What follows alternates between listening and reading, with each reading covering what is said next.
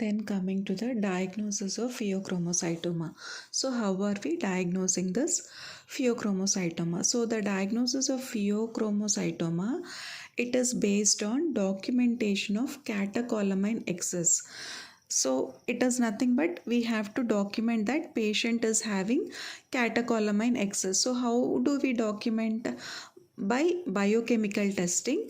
And the next thing what we can do is we have to localize the tumor by imaging. So we have to send biochemically for catecholamines and we have to localize the tumor. So these two criteria are of equal importance. But the first step is measurement of catecholamines, or we can measure metanephrines. Okay, we can measure catecholamines or we can measure metanephrines, that is the methylated metabolites. It is traditionally the first step in diagnosis. So whenever we suspect a phaeochromocytoma, what we have to do is we have to send for catecholamines or metanephrines. Biochemical testing. Phaeochromocytomas and paragangliomas, they synthesize and store catecholamines. So what are these catecholamines? Norepinephrine, epinephrine and dopamine. So what are the catecholamines in phaeochromocytoma? These are norepinephrine, noradrenaline, epinephrine, adrenaline and dopamine. So elevated plasma levels and urinary levels of catecholamines and metanephrines form the cornerstone of diagnosis. So what is the diagnosis? So when we measure the plasma catecholamines and metanephrines, at the same time you also have to measure the urinary levels of catecholamines and metanephrines. They form the cornerstone of diagnosis. The characteristic fluctuations in the hormonal activity of tumors, so they result in considerable variation in serial catecholamine measurements. That is, there are certain fluctuations in the hormonal activity of tumors. But however, what happens is most tumors, they continuously leak O-methylated metabolites. So there is, though there is a fluctuation in the hormonal activity, but most tumors, they continuously leak O-methylated metabolites. So these leaked O-methylated metabolites are detected by measurement of metanephrines. And so how are these catecholamines and metanephrines measured? Say these catecholamines and metanephrines are measured by different methods. So what are the different methods? High performance liquid chromatography. So what are the different methods of measurement of catecholamines and metanephrines? High performance liquid chromatography, enzyme linked immunosorbent assay, high performance liquid chromatography, enzyme linked immunosorbent assay, and liquid chromatography or mass spectrometry. So these are the different methods. High performance liquid chromatography or mass spectrometry, and enzyme linked immunosorbent assay. So when phaeochromocytoma is suspected on clinical grounds, so like in pancreatitis, here also in phaeochromocytoma, when values are 3 times the upper limit of normal, the diagnosis is highly likely. But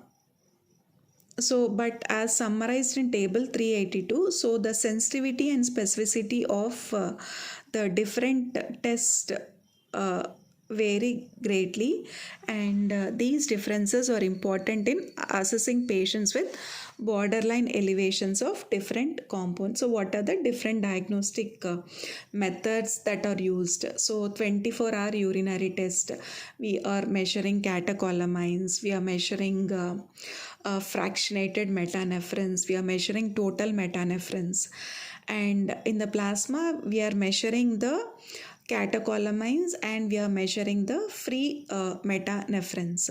So from this diagram we can see the sensitivity of free metanephrines they have got more sensitivity and specificity, and even the fractionated metanephrines in urine, they have got a more sensitivity. And imaging, what is the imaging that we can do?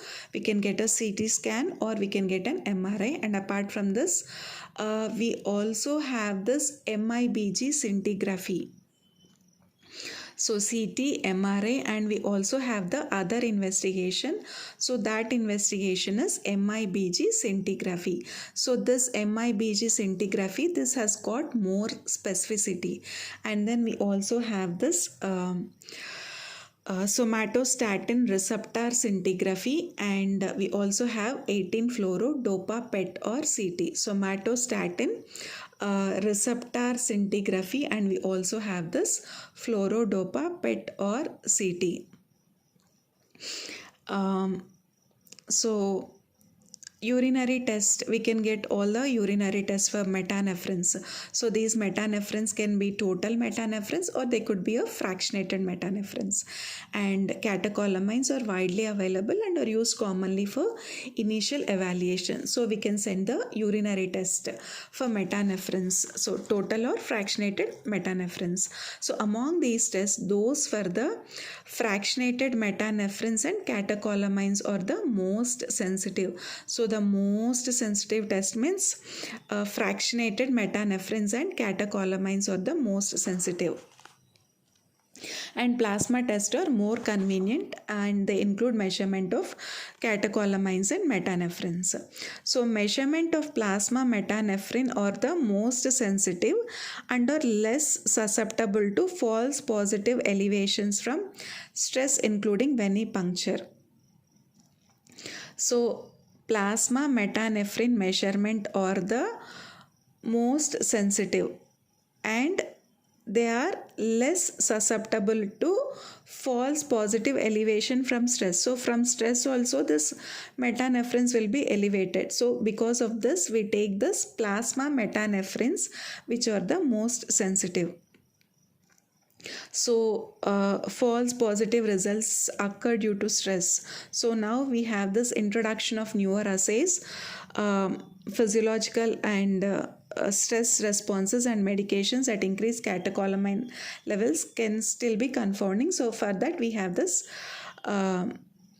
newer assays. And because the tumors are relatively rare, borderline elevations are likely to represent false positive results. Supposing if we get a false positive result and the tumors are very rare, okay, so in this instance or in this circumstance, what we have to do is we have to exclude some other dietary factors or drug related factors which can cause this elevation of this metanephrine. So what we have to have in mind apart from this stress, if patient is on diuretics or patient is on alpha blockers or beta blockers or antidepressants, or supposing a withdrawal of levodopa. So what are the drugs that you have to keep in mind? Whether any levodopa, withdrawal of levodopa, diuretics, tricyclic antidepressants, alpha and beta blockers, that might cause false positive results. And then to repeat testing or perform a clonidine suppression test. So what is this clonidine suppression test? That is the measurement of plasma normetanephrine 3 hours after orally we give 300 micrograms of clonidine. So after giving 300 micrograms of clonidine, then again we are measuring this plasma normetanephrines. And other tests, other tests like glucagon have low sensitivity, and diagnostic imaging. So variety of methods have been used. So CT and MRI are similar in sensitivity and should be performed with contrast. So every time for tumor contrast, tumors we get a contrast. And then we have T2 weighted MRI with gadolinium contrast for detecting phaeochromocytomas, and is better than CT for imaging extraadrenal phaeochromocytomas and paragangliomas. So obviously if any extraadrenal pheochromocytoma and paragangliomas are there, we have to do a T2 weighted MRI with gadolinium. And then we also have tumors which also can be localized by radioactive tracers. So what are these radioactive tracers? These are iodine 131 or iodine MIBG scintigraphy, or somatostatin analog scintigraphy, or dopa positron emission tomography. So all these agents are particularly useful for hereditary syndromes. So all this radioactive tracer scintigraphy, they are particularly useful for hereditary syndromes, but they're also useful in malignant pheochromocytoma, because uptake is exhibited also in paragangliomas and metastasis. So these are particularly useful mainly for hereditary syndromes, and they're also useful in malignant pheochromocytoma. And coming to the pathology in pheochromocytoma. So where are these found? Classically in adrenal medulla and paraganglia. So what is the histological the tumors? They show a characteristic Zell-Ballen pattern. So histologically the tumors show a characteristic Zell-Ballen pattern. So in this Zell-Ballen pattern, what we can see is nest of neuroendocrine chief cells. So in this Zell-Ballen pattern, what we can see is neuroendocrine chief cells with peripheral glial-like sustentacular cells. Peripherally, how are the cells? Peripheral glial-like sustentacular cells, and the nest or neuroendocrine chief cells.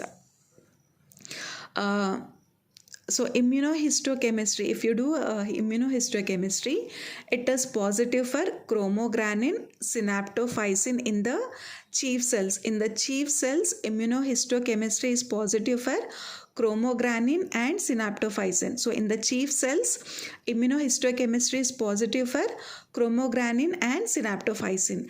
And in the sustentacular cells, S100 is positive. So in the sustentacular cells, which is positive, S100 is positive. And staining with antibodies against the proteins encoded by susceptibility genes such as SDHB. It is used to histologically demonstrate defects of these proteins.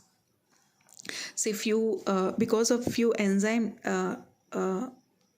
abnormalities, the proteins will be defective. So for this defective proteins, we can stain with antibodies. So this generally used for hereditary pheochromocytomas. So therefore we can say that germline mutations are more likely. And coming to the differential diagnosis. So when the possibility of a pheochromocytoma is being entertained, so we also have to consider other disorders like essential hypertension or anxiety attacks, or sometimes cocaine or amphetamines which are used, and mastocytosis or carcinoid syndrome. So cocaine, amphetamines we can remember. Then we have this mastocytosis or carcinoid syndrome. Then we also have this clonidine withdrawal, autonomic epilepsy, and factitious crisis. So all these things we have to remember. So when an asymptomatic adrenal mass is identified,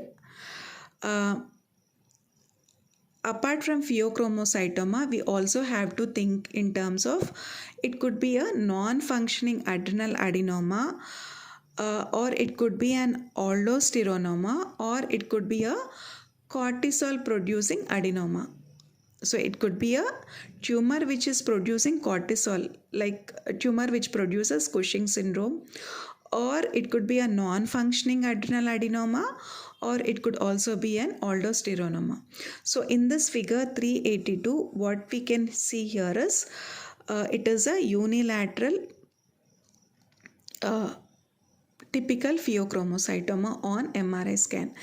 And then when we get this radioactive dopa positron emission, so the tumor is marked by arrows.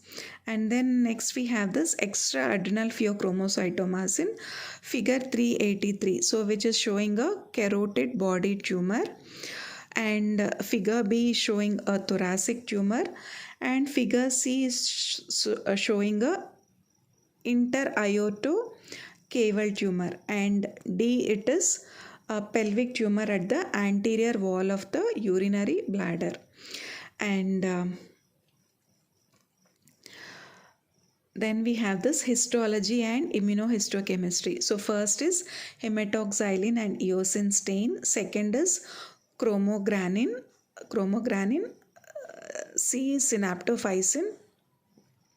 So chief cells, and then S100 stains sustentacular cells, and E and F is SDHP antibody positive staining, that is granular cytoplasmic staining indicates SDHP, whereas negative staining endothelial cells positive as internal control.